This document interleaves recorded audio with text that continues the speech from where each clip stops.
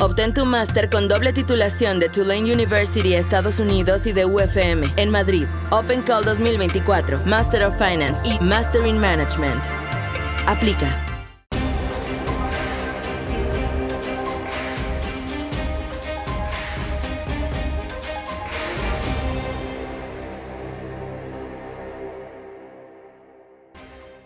Las elecciones en Francia han generado un enorme torbellino en todos los medios de comunicación y en el establishment político. ¿Qué es lo que está pasando en Francia y qué es lo que debemos entender de cara a invertir y de cara a analizar la realidad de la economía francesa? Vamos a ver. El problema de Francia no son las elecciones. El problema de Francia es el socialismo. Macron llegó al gobierno con un mensaje de reforma, con un mensaje de apertura, con un mensaje de crecimiento, de apoyar a las empresas, de apoyar a los contribuyentes, de reducir lo que, y cito, él llamaba Estado esclerótico. ¿Qué ha hecho? Lo contrario. Lo que ha hecho ha sido disparar el gasto público, disparar los impuestos, aumentar la deuda y aumentar el déficit. Claro, ante la realidad de una economía que no solamente no crece, sino que ahora con la inflación creada precisamente por culpa de la monetización de esos gigantescos déficits públicos por parte del Banco Central Europeo, con la inflación, altos impuestos, bajo crecimiento, empobrecimiento generalizado de la población. Y claro, ahora se llevan las manos a la cabeza diciendo que es que la extrema derecha, pero claro, el problema fundamental de Francia también es que el segundo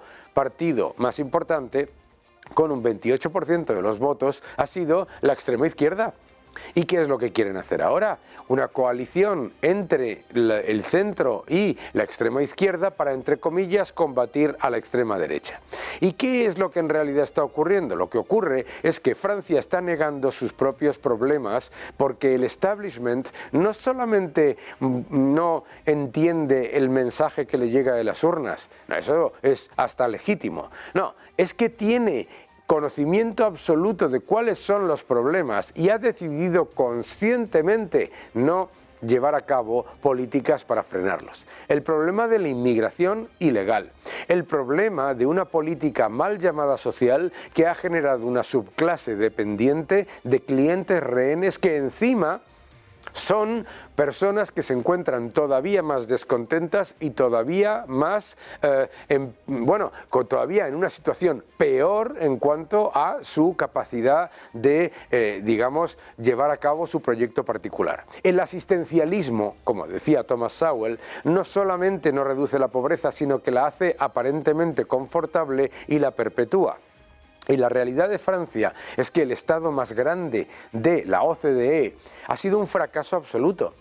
Si usted es un defensor de las políticas keynesianas y del socialismo, esto que llaman la socialdemocracia europea, etcétera, etcétera, debería estar encantado con Francia, un país, sin embargo, que no crece, cuyo déficit sigue siendo elevadísimo y que no ha tenido un presupuesto equilibrado desde finales de los años 70, que expulsa talento, que ataca a las empresas y a los creadores de riqueza. Un país que tiene muchas más, 2,4 veces más empresas de menos de 49 empleados que empresas de más de 50. ¿Por qué? Porque en cuanto tienes 50 empleados en Francia, te obligan a tener comisiones sindicales, reparto de beneficios, todo tiene que estar mirado por unos sindicatos que encima tienen cada vez menos representación. Negar el problema de la inmigración ilegal, negar el problema de la seguridad en Francia, negar el problema de unos impuestos completamente extractivos y confiscatorios, negar el problema de un Estado elefantiásico que no solamente no genera ese arco social, sino que encima lo que está haciendo es generar todavía mayor descontento. Atención a eso. Entonces, ¿qué es lo que ocurre? Lo que ocurre es que ante, de nuevo, el avance de Le Pen y lo que llaman la extrema derecha, ¿Qué es lo que hacen?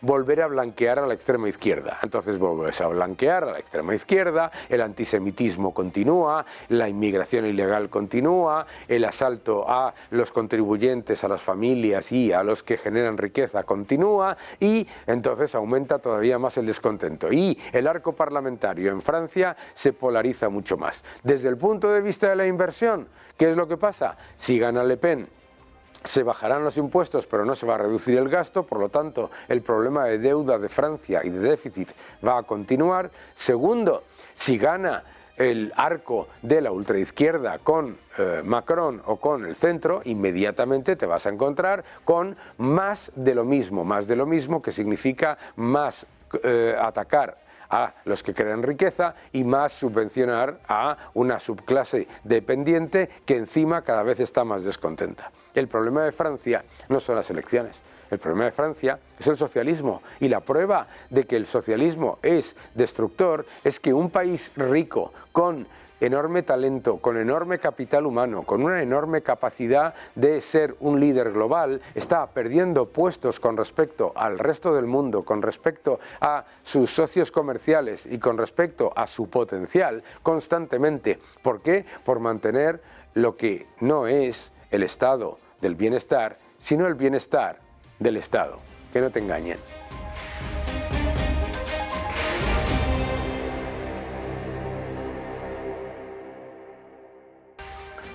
El inversor se encuentra en estos días pues un poco confundido, ¿no? Porque hay muchísimas noticias desde el punto de vista político y desde el punto de vista macroeconómico, incluso monetario, que le hacen dudar si es buen momento para invertir o no es buen momento para invertir, y sobre todo en qué, ¿no?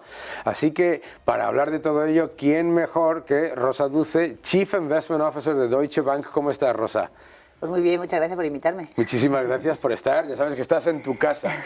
Vamos a empezar, si quieres, por el inversor minoritario español normalmente mira mucho hacia adentro. Mira mucho hacia las empresas españolas, y como yo tengo un amigo que dice que el inversor español invierte fundamentalmente en TSL, Telefónica, Santander y Ladrillo, ¿verdad? Pero es una oportunidad ahora que tenemos los inversores de invertir en cualquier lado, y me gustaría que nos dijeses un poquito, ¿no? Pues sí, justo, o sea, yo creo que llevamos nosotros mucho tiempo, bueno, yo creo que nosotros en el banco y todos los que nos dedicamos a inversión diciendo a nuestros clientes o a nuestros amigos, ¿no? A nuestra familia, claro, que hay que invertir mucho más allá de efectivamente el mercado doméstico, que el mundo ofrece muchas más oportunidades. Ya el hecho de invertir, aunque no fuera de España, en Europa ya es un paso, ya sí, además Estados Unidos, temas emergentes. Lo que pasa es que es muy importante el tema del famoso de la diversificación, ¿no? Claro. Que hay que diversificar, pero es verdad que a la gente le cuesta porque siempre lo ve como no tengo suficiente información, no voy a saber hacerlo. Pero yo creo que efectivamente hoy en día hay unas oportunidades de inversión en todo el mundo, que lo que hay que hacer es diversificar y coger carreras. Claro, y tú hablabas ahora de, claro, es que no tengo suficiente información, etcétera. El inversor minoritario al final no tiene por qué tener esa información, para eso tiene la oportunidad de contar con asesores profesionales, ¿no?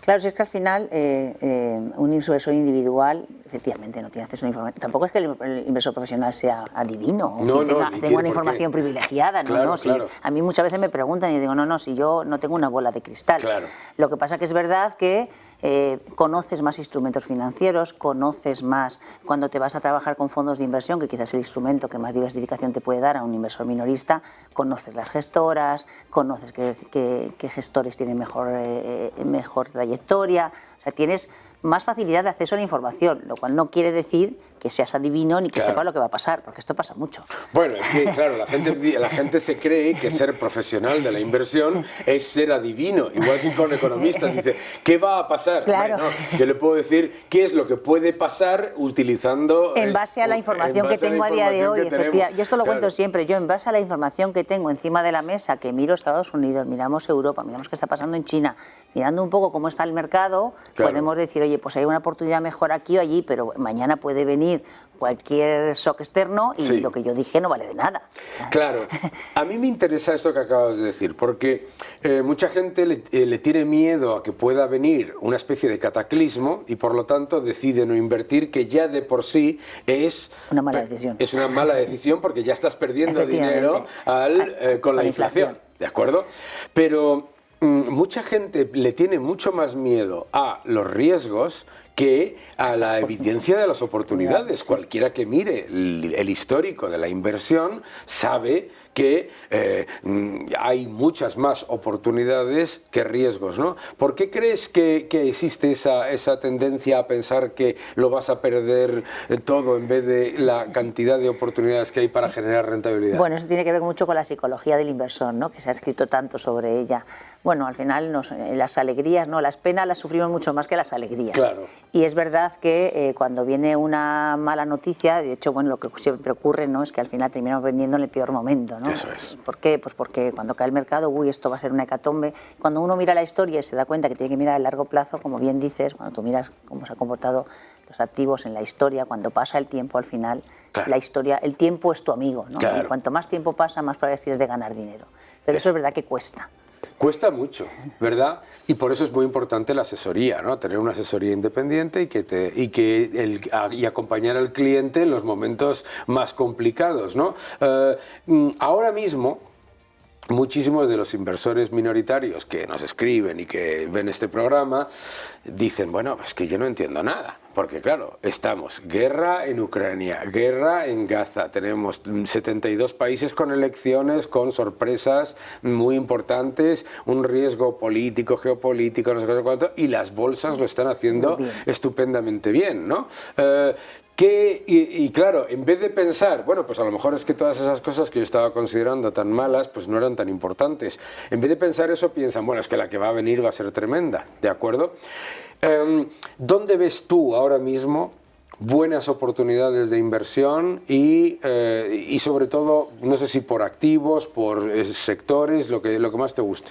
A ver, yo creo que efectivamente riesgo siempre hay. Yo siempre digo que nosotros tenemos una memoria muy corta. Entonces, siempre que pasa algo, siempre es lo peor que ha pasado a la historia. Es verdad. Siempre dicen eso, ¿no? Sí, es como, uy, esto es lo peor que ha pasado, hombre, no, han pasado muchas cosas. Sí, claro, Ha habido guerras, ha habido crisis del petróleo, el tequilazo, que me acuerdo. O sea, que han pasado muchas cosas, pero nuestra memoria es muy corta. Dicho esto, es verdad que estamos en un momento cierto, quizá dulce, que estamos, en vez de mirar un poco los riesgos, veamos las oportunidades. Y si miras lo que está pasando a nivel mundial, pues parece que la economía mundial empieza un nuevo ciclo alcista, porque los países que están produciendo buenas cifras de crecimiento, ya pasa en Estados Unidos, pero está empezando a pasar en Europa. China, que es quizá la que más está costando con el tema inmobiliario, le está costando, pero también está mostrando cifras mejores. Por lo tanto, parece que el mundo empieza a crecer otra vez. Eso es bueno. Los tipos de interés que tanto nos han asfixiado con tipos muy altos empiezan a bajar, porque ya ha bajado Suecia, ha bajado Suiza, ha bajado Canadá, ha bajado el Banco Central Europeo, bajará la FED. Por tanto, bueno, esto también es positivo, ¿no? Para los beneficios de las empresas. Y luego, además, esas cifras de inflación tan extraordinarias que veníamos, ¿no? De la época de la pandemia primero, pero después de la pandemia, con ese boom del consumo y la crisis en Ucrania, que se nos disparó la inflación, pues también la inflación se está moderando. Por tanto, si miras crecimiento más alto, tipos a la baja, inflación a la baja, es un buen entorno para los mercados financieros. Por tanto, no es extraño que veamos que las bolsas están comportando bien. Nosotros ahora mismo hablabas de oportunidades, nos sigue gustando la bolsa americana, porque pese a todo lo que se dice de los famosos 7 magníficos, la verdad es que cuando mira los resultados y mira las potencialidades de beneficios que tienen, pues tiene sentido que coticen con esa prima y por tanto nos siguen gustando los grandes valores americanos, lo cual no quiere decir que nos gusten todos los grandes valores americanos, pero es verdad que en general los grandes valores americanos nos gustan. En Europa, que también han hecho muy bien los grandes valores, creemos que lo van a seguir haciendo bien porque el entorno cíclico es mejor, pero quizás ahora donde hemos cambiado un poco más la visión es en los valores más pequeños, en pequeños y medianos, que no es que sean pequeños y medianos, los que se quedaron, cuando han corrido mucho, que han corrido los muy grandes, por lo que se han quedado en el camino, que son medianos, ¿no? Y estos yo creo que ahora pueden tener su oportunidad porque el ciclo europeo va mejor. Entonces ahora mismo en las carteras tenemos una posición neutral positiva, Es verdad que con incertidumbre en Europa como consecuencia de las elecciones francesas, pero con visión a medio y largo plazo positivo y con esa visión un poco ya de no solo grandes valores, sino también más pequeños. Claro. Las elecciones en Francia han generado bastante torbellino en los mercados, particularmente en los de deuda, pero claro, al final son esos momentos en los que te pueden aparecer oportunidades interesantes. Hay empresas en Francia que a sus beneficios, con todos mis respetos al riesgo político, les importa nada lo que vaya a pasar en las elecciones, ¿no? Sí, a ver, yo creo que el entorno macro en Europa es mejor. Sí. El tema de las elecciones francesas sí que está generando volatilidad, pero yo creo que ya no hay ninguna duda de que no se va a producir una crisis de deuda como en el 2012, que podría ser lo que el inversor minorista podría tener más miedo, ¿no? Bueno, volvemos a 2012, no. Sabemos que no, porque primero, cualquiera que sea el nuevo gobierno en Francia, las reglas de déficit no va a ser un gobierno que se quiera salir de la Unión Europea. Por lo tanto, ya no existe ese riesgo de ruptura de la zona euro. Sabemos que el Banco Central Europeo tiene instrumentos suficientes para poder combatir cualquier riesgo puntual.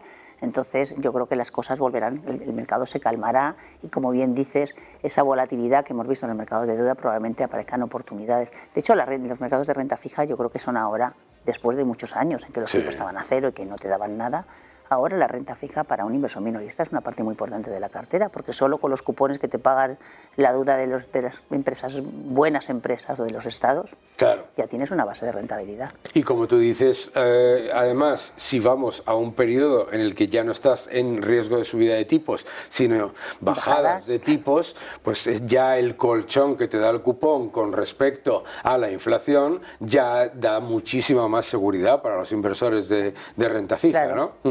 ¿En el resto del mundo veis oportunidades significativas en mercados emergentes? ¿Cómo estáis vosotros expuestos? Mira, ahora mismo en renta fija nuestra apuesta fundamental es en bonos de calidad, sobre todo en euros, porque no merece la pena lo que hablábamos, ¿no? Claro, porque ahora mismo te da unas rentabilidades atractivas y por tanto esos cupones que te van a dar ya te dan como la base de tu rentabilidad. Para un inversor medio que tampoco quiere dispararse, no quiere un riesgo elevado y por tanto no pretende ganar un 10%. Claro. En renta variable sí que es verdad que empezamos a ver cierto valor en las bolsas asiáticas porque vemos como que China poco a poco va mejorando. Y sí que vemos cierta oportunidad poco a poco ir entrando en bolsas emergentes. Pero ahora mismo la posibilidad de la cartera es más bien neutral. Un poco a la espera. El sector inmobiliario chino está costando mucho. Mucho. Y entonces creemos que hay que entrar muy poco a poco. Sí, yo creo que eso es importante que la gente también lo entienda, porque nos preguntan mucho, ¿no? Es el momento de entrar en China. Hombre, por favor, recuerden ustedes que es la mayor burbuja inmobiliaria de la historia del mundo y que va a ser una economía que eso hay que verlo en positivo. O sea, va a ser una economía que va a crecer al 4,5-5% con un pinchazo de una burbuja inmobiliaria, que será la primera economía importante que no ve una recesión en ese entorno. Eso es positivo, pero también hay que entender que absorber una burbuja inmobiliaria lleva tiempo. Sí, no, además el gobierno chino está haciendo muchos esfuerzos para que esta reestructuración sea ordenada y que no se produzca un colapso del mercado. Está aligerando mucho las medidas, apoyando a las familias para que puedan comprar la vivienda, incrementando la cantidad aligerando la cantidad que tienen que dar de entrada para que no tengan que dar tanto dinero de golpe. Está dando dinero a las entidades, a los gobiernos locales para que compren esas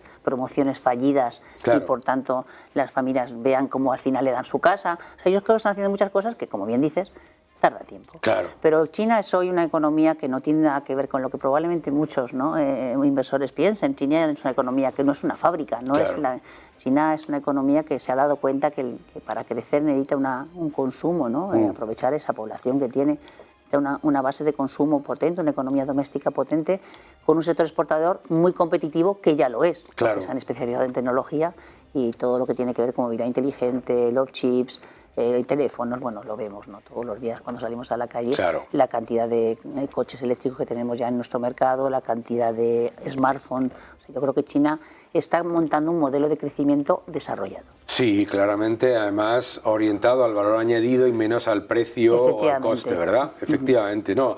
Yo creo que eso es importante, pero ser conscientes de que no puedes esperar que se solucione en un año un problema significativo, y vuelvo a repetir, la única economía, desde luego, que yo haya visto en los últimos 40 años que va a salir de un problema inmobiliario de ese calibre y de cualquier otro calibre sin una recesión. Pero hablabas de una cosa importante, que es este cambio con respecto a los coches eléctricos, etcétera, etcétera, y ahora no vuelve, sino que seguimos con los aranceles, con las medidas proteccionistas con respecto a ese sector. ¿Cómo ves tú ese entorno y qué oportunidades puede generar de inversión, teniendo en cuenta que las medidas proteccionistas están aumentando? Sí, yo creo que el mundo en el que vivimos hoy en día es un mundo más proteccionista. Sí. Esto lo tenemos todos muy claro, porque ya no es solamente Estados Unidos, sino que la propia Europa también está poniendo aranceles, ¿no? Yo creo que es un mundo que es menos global, en el que cada vez se tiende a producir más cerca. También es verdad que la pandemia nos ha enseñado que producir muy lejos tiene riesgos. Claro. Y además también es verdad que los países donde producíamos ya no son tan baratos. Claro, porque ahora ya, claro, el coste de producir en el sur de Asia no es muy barato. Entonces yo creo que hemos visto cómo cada vez más se está produciendo cerca. En el caso de Estados Unidos, pues ha beneficiado mucho a México. En el caso de Europa ha beneficiado mucho a los países del este de Europa, y en el caso de China ha beneficiado mucho a los países del sudeste asiático. Claro. Porque es lógico, es lo que tienen más cerca. Los aranceles no van a bajar, de hecho probablemente vayan a más. No, seguro. Y para eso es independiente quién gane las elecciones americanas, porque en la política comercial no hay diferencias entre uno y otro, no hay diferencias. Pero yo creo que el mundo ya se ha acostumbrado a un mundo que es menos global, en el que los precios son más altos, y yo creo que también los bancos centrales son conscientes, ¿no?, que la inflación no va a volver a niveles del 0 ni del 1%. Ellos ahora yo creo que el 2% lo ven más como un suelo que como un techo. Probablemente eso es muy claro, pero además es mucho más importante de cara al inversor. Claro. Porque el inversor que está tomando la decisión de mantenerse en liquidez ahora mismo tiene que ser consciente de que nos estamos moviendo a un mundo en el que los bancos centrales empiezan a ver la inflación del 2% más como un suelo que como un techo, y por lo tanto vas a perder mucho más que pensando que, Dios mío, la bolsa va Sobre a todo bajar. porque además, si tienes mucho miedo y piensas, Dios mío, hoy en día, lo que hablábamos antes, te puedes coger oportunidades en renta fija, que te están pagando un cupón atractivo, y por tanto ya le está sacando rentabilidad al dinero. Es que eso es muy importante, efectivamente, que los ciudadanos que nos están viendo se den cuenta de que el mayor riesgo es estar fuera del mercado, que si quieres tienes un montón de oportunidades para invertir, ¿no? Y no te hace falta arriesgar, si no quieres, si tienes mucho, eres muy averso al riesgo, no te hace falta que te inviertas el 100% de tu dinero en bolsa. Claro. En renta variable yo creo que la oportunidad está sobre todo si miras más el medio y largo plazo. Sí. Porque como hablamos siempre, cuando tú miras la historia, y han pasado durante la historia, se nos ha olvidado, pero muchas cosas. Claro. Si mira uno la historia en retrospectiva, se da cuenta que cuando pasan 10, 12, 15 años, siempre la bolsa al final te ha pagado. Entonces, si miras, si estás pensando, tienes 40 años o 50 años y estás pensando que te vas a jubilar a los 67, hombre, tienes mucho margen para poder Tienes mucho margen, muchísimo margen, efectivamente. Bueno, la lección yo creo que es bien clara, ¿no? Hay que estar invertido, es un buen momento para invertir. Yo siempre digo que el mejor momento para invertir es ayer, y que las oportunidades que da el mercado global hay que aprovecharlas, y para eso hace falta asesoría profesional y que acompaña al cliente, como la vuestra. Muchísimas gracias, Rosa, gracias por venir al programa, y ya sabes que estás en tu casa cuando quieras. Pues muchas gracias. Un gusto.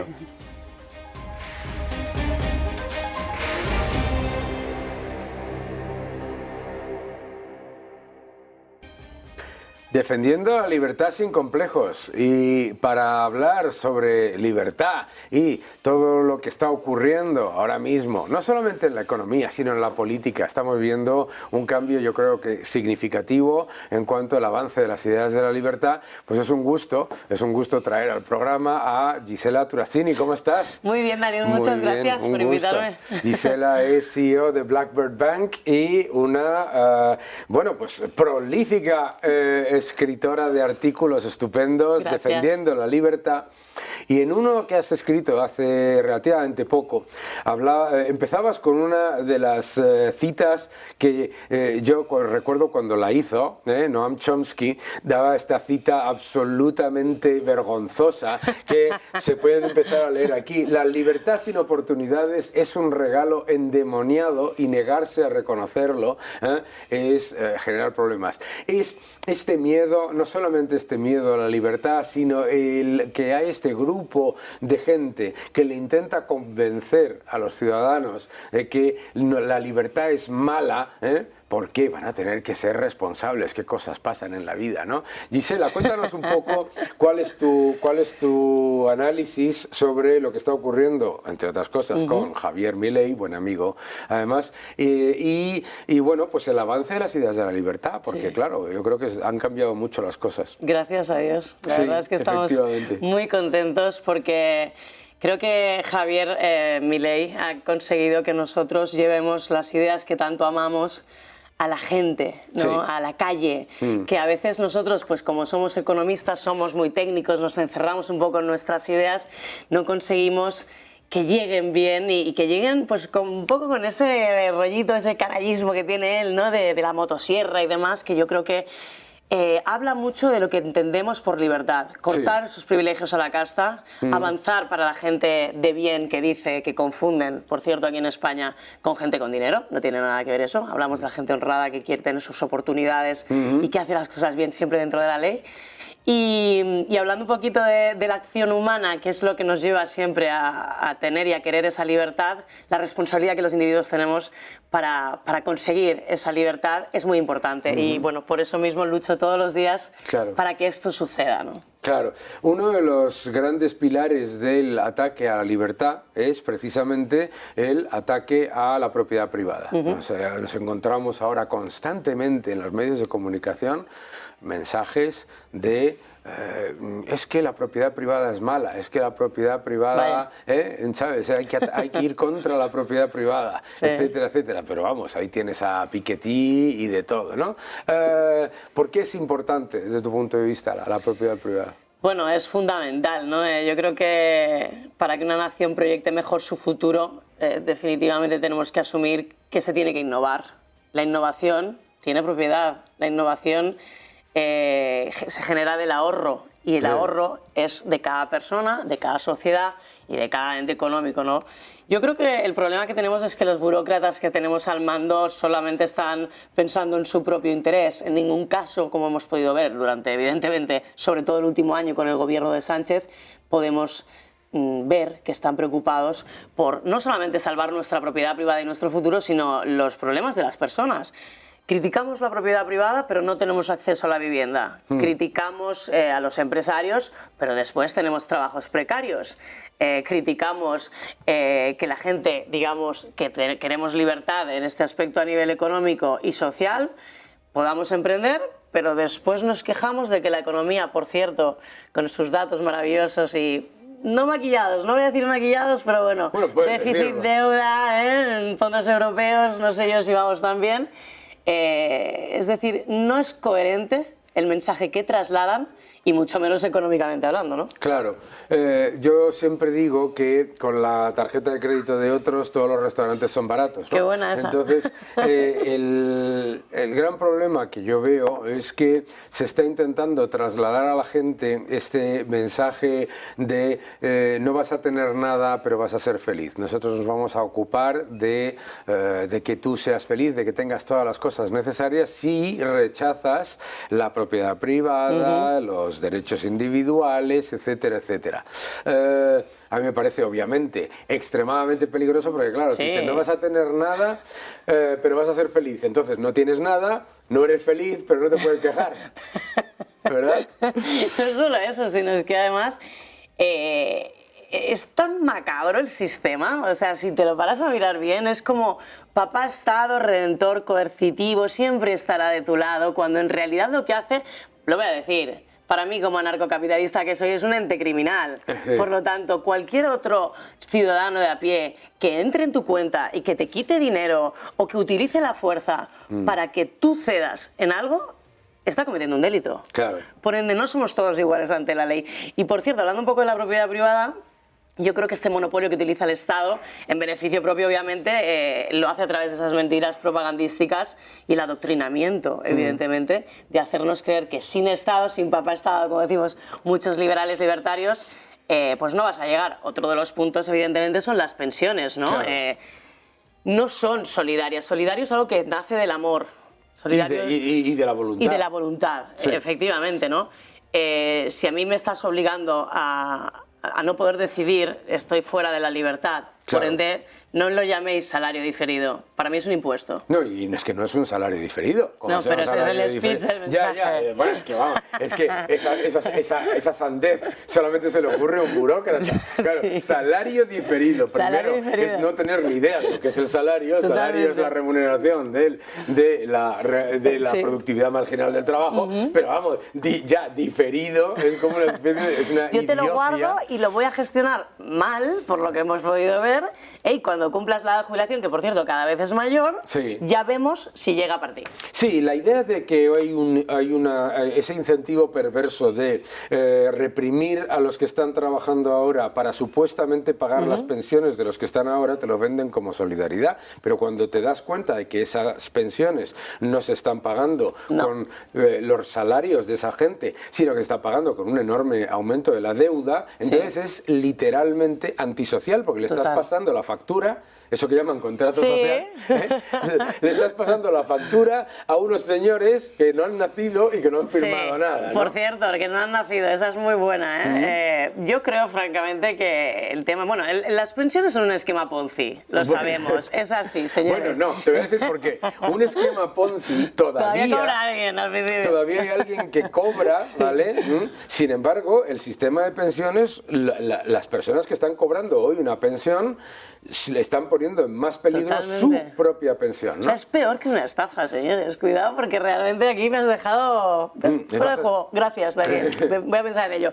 Totalmente. Además, pienso que no solamente es injusto, como además he defendido muchas veces, que creo que en España el sistema fiscal es absolutamente injusto, sino también pensar que las pensiones van a estar mejor gestionadas. Es como el Estado utiliza su fuerza para decirme que lo va a hacer mejor que yo. Yo soy una persona de mercados, como igual que tú, ¿no?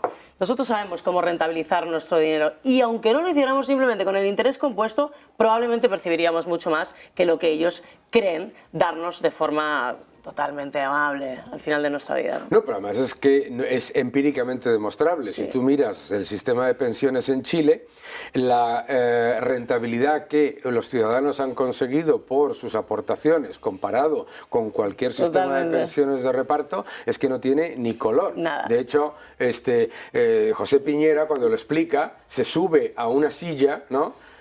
Y hace así, ¿sabes? Para decir, ustedes, los trabajadores de Chile, están aquí, ¿no? ¿Y dónde estarían si se hubiese invertido ese dinero en deuda pública? Estarían aquí y se baja de la silla. Totalmente. Claro. Además, esto, la deuda, como sabemos, el déficit siempre se tiene que financiar, siempre se tiene que pagar. Por ende, el sistema que tiene España actual, para mí, es una burla hacia todos los ciudadanos. Con un mínimo de conocimiento de economía, sabemos que son insostenibles. El 30% del presupuesto se va en pensiones, todo tipo de pensiones, hay que remarcarlo.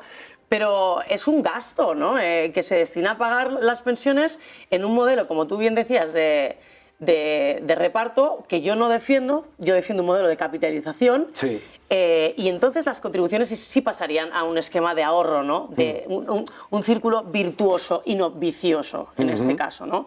Yo creo que el ahorro financia la inversión. Y para mí el sistema de pensiones actual es insostenible. He sido muy criticada por decirlo.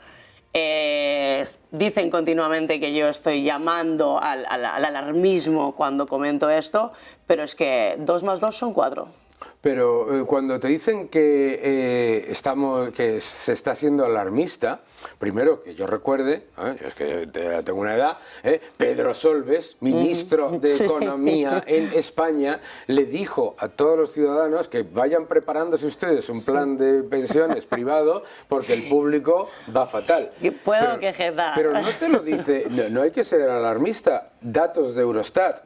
Sí. Los pasivos no financiados de el sistema de pensiones de España son el 500% del Producto Interior Bruto, el más alto de todo el mundo. Entonces eso o se paga con muchos más impuestos, con mucha más inflación, con mucho menos crecimiento o con mucho más paro, o las cuatro cosas a la vez. Bueno, y si después tenemos en cuenta que los datos y el Banco de España ya nos ha avisado de que necesitamos 24 millones de inmigrantes de aquí a 2050 para cubrir todo este enredo y toda esta maraña que tienen en el Estado montada, pues imagínate cómo nos quedamos. Claro. ¿No? Yo llevo 27 años en España, gracias a Dios desde hace mucho tiempo, soy argentina como bien sabes, y conozco muy bien cuando el Estado se está excediendo. Yo, como bien sabes, no soy estatista, claro. Por lo tanto, no voy a defender nunca este tipo de sistema. Claro.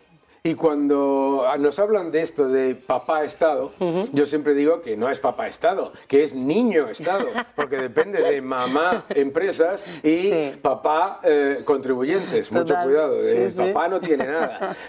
Pero y nos necesita a todos, nosotros a ellos no. Tú que vienes de Argentina y que conoces bien España y conoces bien Argentina, yo siempre que voy a Argentina me dicen mucho cuidado que nosotros venimos del futuro. Sí, esa frase es maravillosa. ¿Cómo lo ves? Así. Exactamente así, ¿verdad? Es así, totalmente. Además, ya no simplemente el hecho de haberlo vivido y haber visto. Los argentinos, además, yo era muy pequeña, bueno, no era tan pequeña, pero mis padres me inculcaron mucho la cultura financiera y me inculcaron lo que se tiene que hacer y lo que no se tiene que hacer, lo que está bien de lo que está mal. Y creo que en esta sociedad hay un gran problema moral, ideológico, y sobre todo creo que nuestra guerra es la cultura. Sí. Nuestra guerra es cultural. Sí. Entonces nosotros, como bien dices, yo no tanto porque me he criado aquí, pero venimos del futuro porque la vemos venir. Claro. Porque es una canción que se nos repite constantemente. Y hoy en día, francamente para mí, España está dándome esos toques de esa canción, desgraciadamente. Sí. Bueno, pues para eso hay que seguir dando la batalla cultural y seguir recordándole a la gente que 2 más 2 nos suman 22. Muchísimas gracias, Gisela, gracias por venir a tu programa cuando ha sido quieras. Un placer. Un gustazo. Y a mis hijos que no se preocupen, que buscaremos la forma de que, además de que les expolien, les daremos oportunidades para ahorrar. Seguimos en el programa.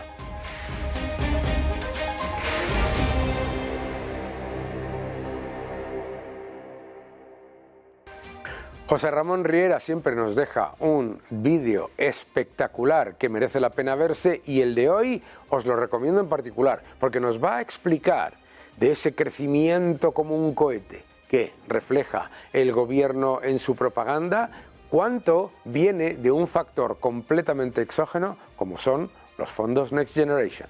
Vamos a verlo.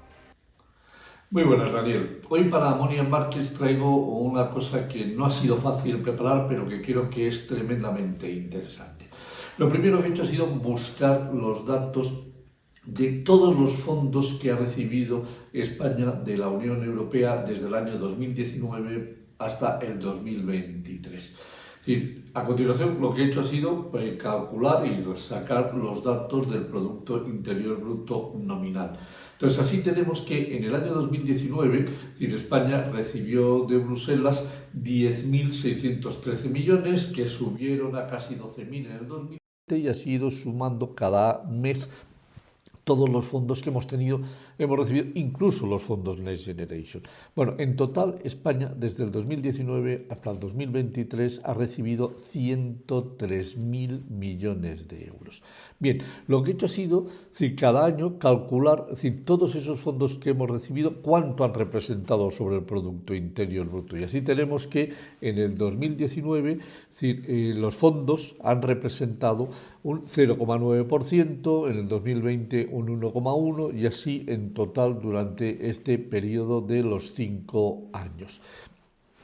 ¿Por qué lo hago así? Muy sencillo, porque como este es un gobierno de incompetentes, el dinero no ha ido nunca a inversión, ha ido casi siempre exclusivamente a gasto.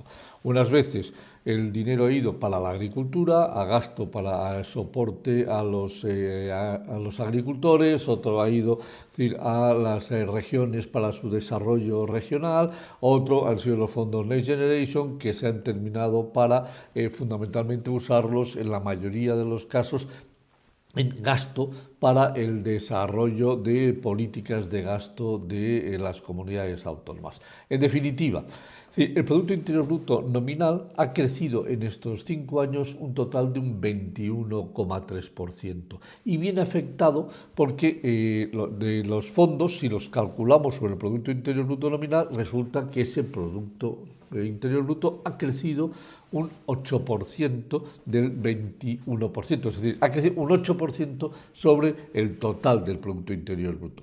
Por lo tanto, ¿qué quiere decir? 8% que viene afectado por los fondos, 21,3% que ha crecido en general el Producto Interior Bruto, tenemos que el 38% del Producto Interior Bruto viene, es decir, fundamentalmente por el efecto de los fondos europeos. Esto que afecta al PIB nominal, si el 38% lo aplicamos sobre el crecimiento del Producto Interior Bruto, tenemos que el Producto Interior Bruto que ha generado España, el 38% viene de los fondos. ¿Esto qué quiere decir? Que el 2,1% de nuestro crecimiento real viene de los fondos europeos. Por lo tanto, cuando le oímos a Pedro Sánchez que España va como una moto con un crecimiento del 5,5% del Producto Interior Bruto real desde el 2019 al 2023, tendremos que decirle en algún momento que el 2,1 puntos de ese PIB vienen gracias a Europa. Es decir, gracias al esfuerzo dedicado, es decir, por todo el sentido de trabajo del gobierno de la nación, realmente ha hecho crecer el Producto Interior Bruto un 3,4. Es decir, si no hubiésemos recibido ni un solo euro de Europa, solo hubiésemos crecido un 3,4, con el gasto público, además, que ha crecido lo que ha crecido. Es decir, realmente es una pena que todos estos fondos, estos 103.000 millones, en lugar de ir a gasto corriente, no se hubiesen dedicado a invertirse, por lo menos, en diferentes aspectos, creando riqueza, creando capacidad para el desarrollo a futuro. Pero no, sabes que este gobierno, la palabra formación bruta de capital no la entiende, inversión no la entiende, y por lo tanto seguiremos teniendo un gobierno que solo sabe gastar. Eso sí, evidentemente, ese gasto, claro que afecta al crecimiento del Producto Interior Bruto, como llevamos diciendo mucho tiempo. Solo crecemos gracias al gasto público. Espero que haya quedado lo suficientemente claro. Recordar, del 21% que ha crecido el Producto Interior Bruto, el 38% viene afectado por los fondos europeos. Y por lo tanto, del 5,5% que crece en términos reales, 2,1% viene gracias a los fondos europeos. Nos vemos en el próximo vídeo.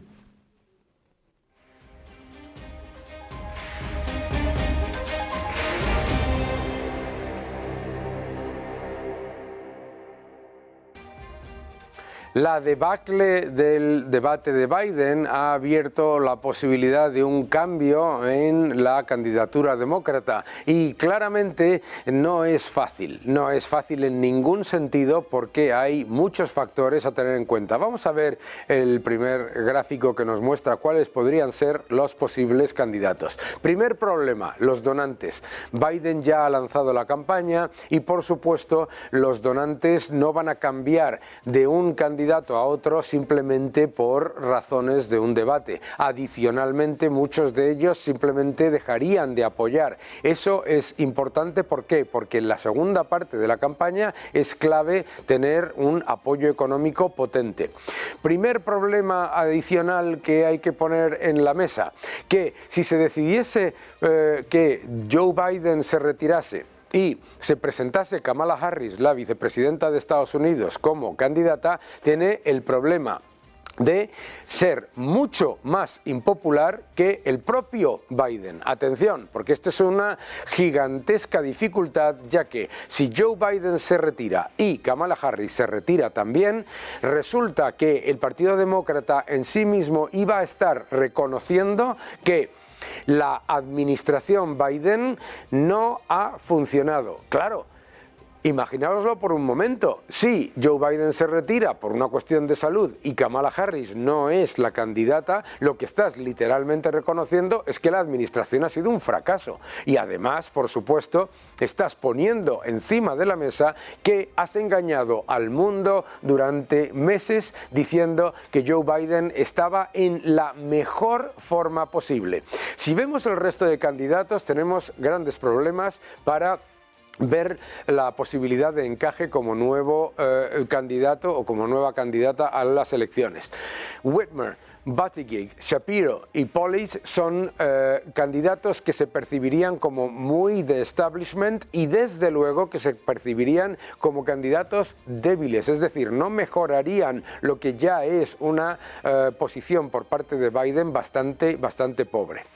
El candidato que se está repitiendo constantemente en muchos medios, el señor Newsom, Gavin Newsom, el gobernador de California. Problema: genera inmediatamente el titular, Newsom va a convertir al resto de Estados Unidos en lo mismo que California, es decir, un sitio en donde se permite robar hasta $950, que ha llenado de personas sin techo, que ha llenado de gente que parecen zombies por las calles de Los Ángeles y de San Francisco, con la crisis de los opiáceos, etcétera.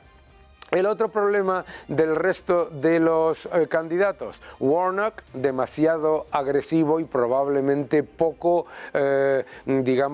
capitalizador de un voto de descontento hacia Trump.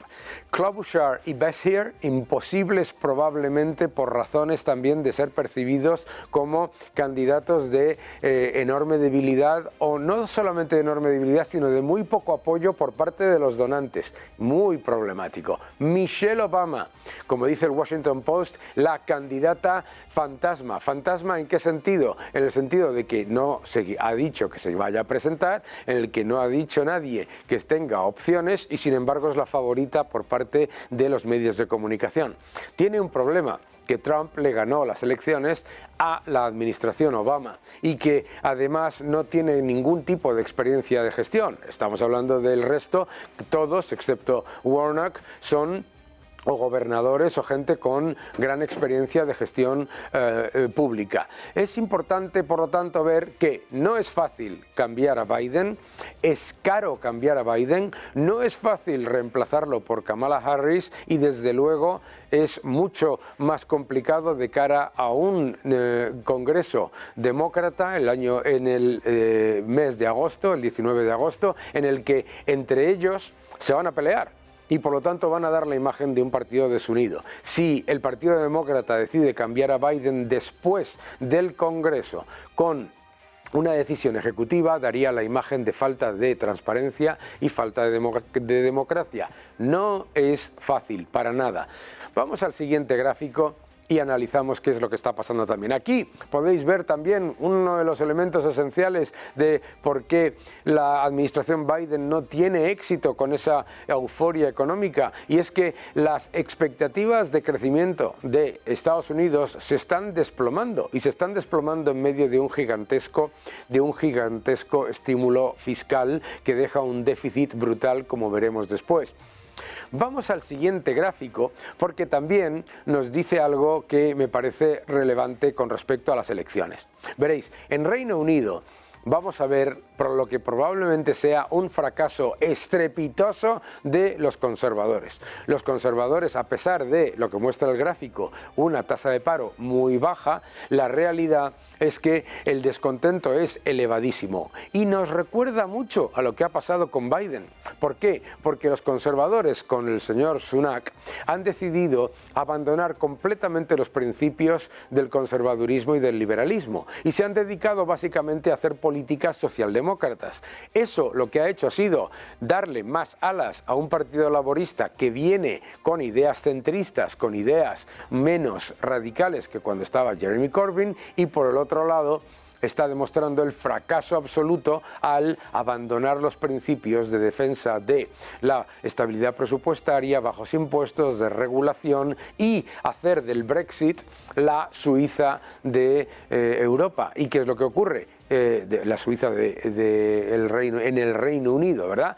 ¿Qué es lo que ocurre? Pues que no se ha cumplido la promesa del Brexit, no se ha cumplido en ningún caso, y encima el Partido Laborista con el líder centrista no va a cambiar tampoco la política con respecto al Brexit.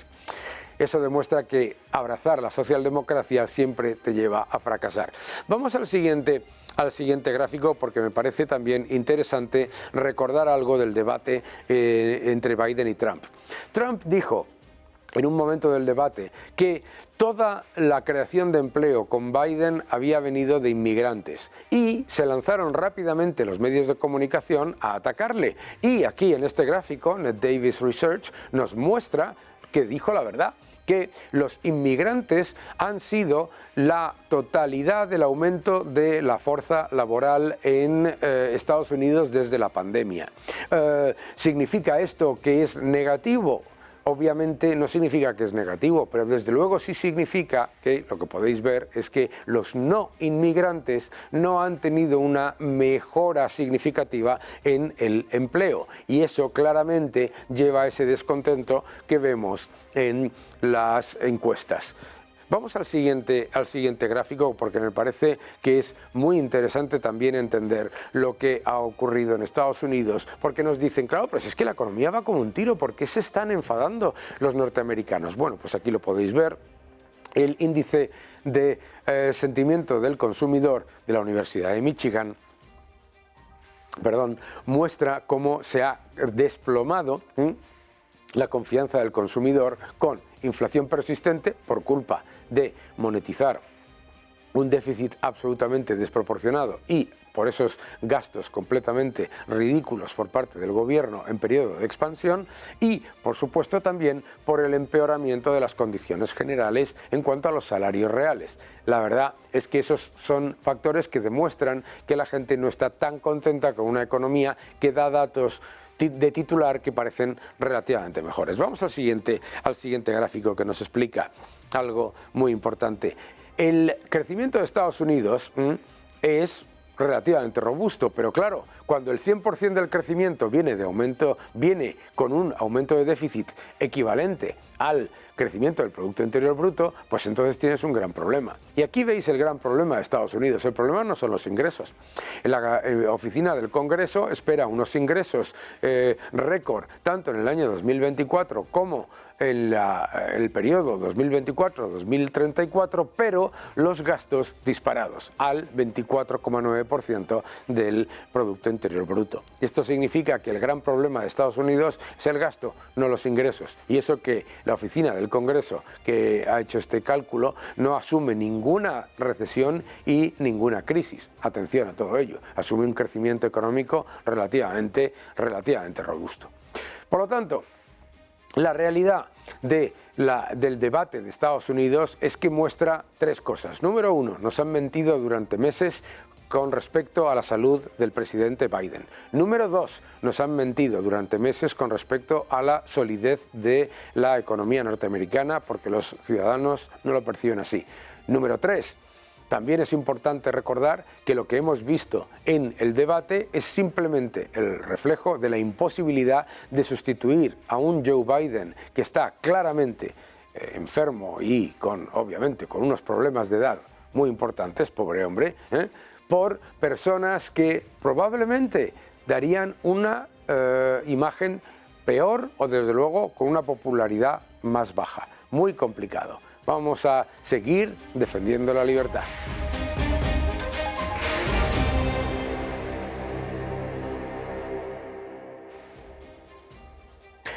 El avance de Le Pen en Francia, el avance de Trump en Estados Unidos, el avance de Milei en Argentina, no son elementos que deberíamos ignorar. Y la razón por la que está ocurriendo es simplemente porque los ciudadanos están descontentos. Los ciudadanos están descontentos con unas políticas keynesianas que lo que han hecho ha sido empeorar la renta disponible de las familias, crujir a impuestos a los contribuyentes y aumentar la inflación. El keynesianismo siempre fracasa, siempre fracasa, y se le echa la culpa a la consecuencia, y la consecuencia es que los ciudadanos quieren un cambio, y quieren un cambio en el que se respete a los contribuyentes, quieren un cambio en el que se respete a las empresas, quieren un cambio en que se respete a los que crean riqueza y quieren un cambio que respete a la realidad económica, que es que 2 más 2 no suman 22. Seguid defendiendo la libertad.